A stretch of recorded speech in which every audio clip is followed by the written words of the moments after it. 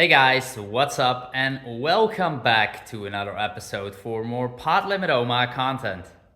As you can see, I'm right now not in my office actually, but I'm at my apartment and I just got back from a private coaching session.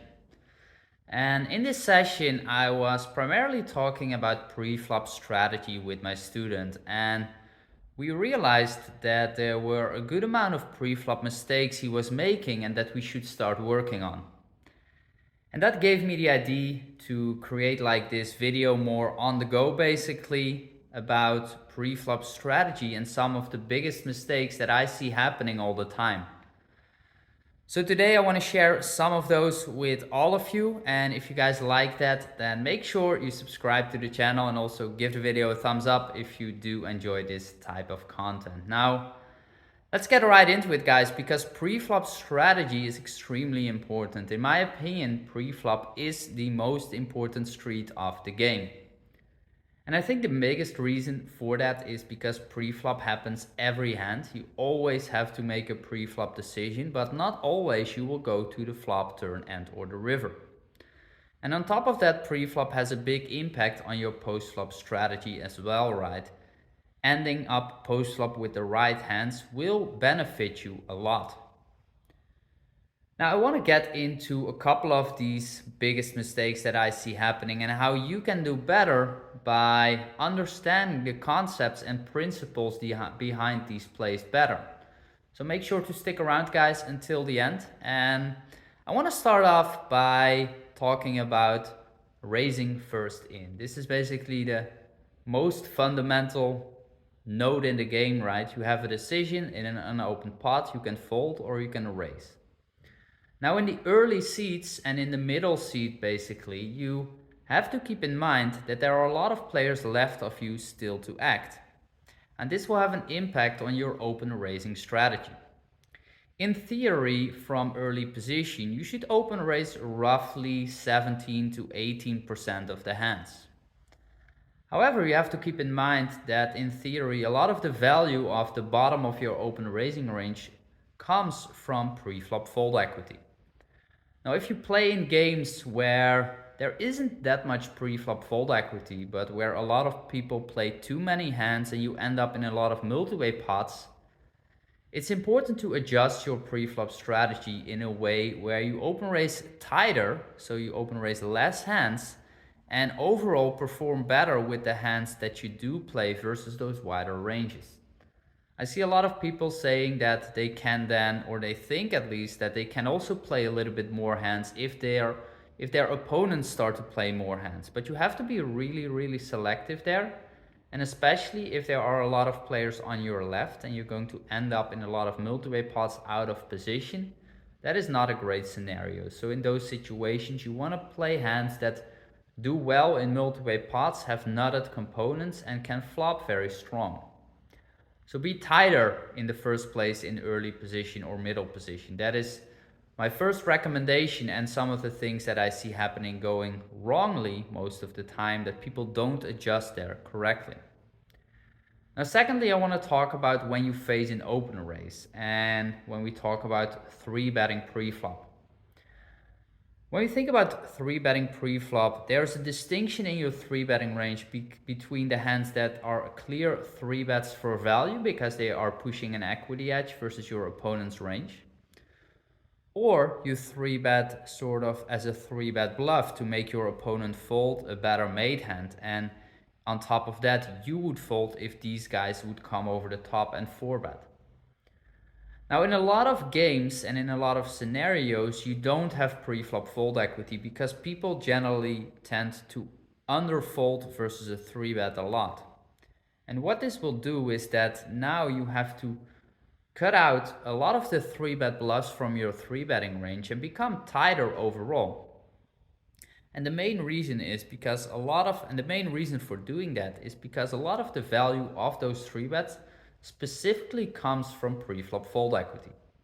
Now in theory, a lot of those hands, like let's say ace 10-10-8 unsuited to the ace, is a hand that you often 3-bet and fold versus 4-bet, but the goal of 3-betting a hand like ace 10-10-8, for example, is to fold out kings or queens.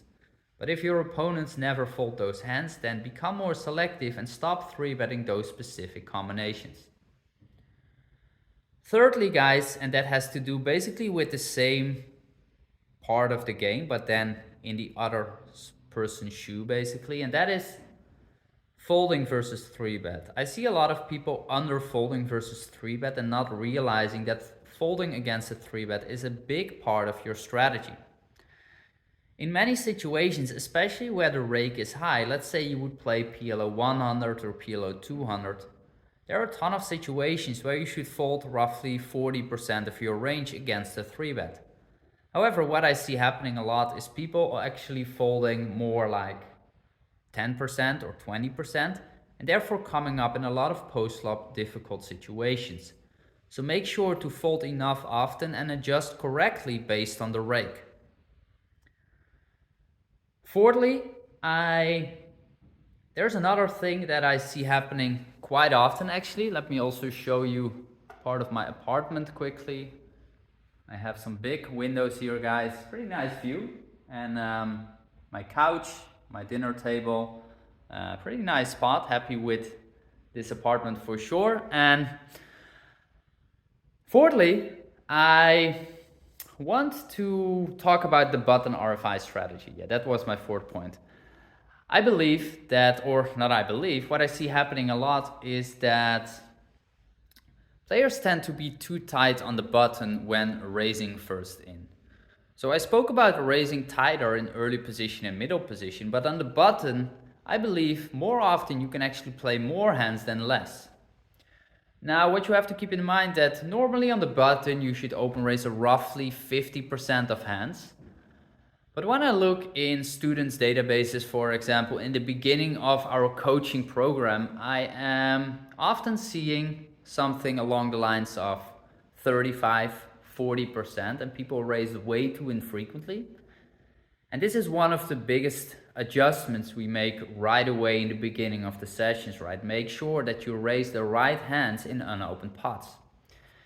And when you're sitting on the button, you can actually play often more hands than 50%, especially if the blinds are tighter than they should. So if they don't 3-bet enough often, for example, you can easily adjust and maybe raise like 55 or 60%. That's often fine as well. But make sure to play the right hands on the button, guys. And lastly, and something that is very common in PLO, especially also if you're more new to the game, it's easy to overvalue hands and play simply too many hands. Especially in the passive pre-flop action like cold calling, it's important to realize that you should be quite tight and selective. Based on the rake levels, it can easily differ 10%, let's say on the button versus a cutoff open raise. If you play low stakes, you should cold call around 10%, for example. But if you play high stakes where the rake is low, you can easily call like 20%.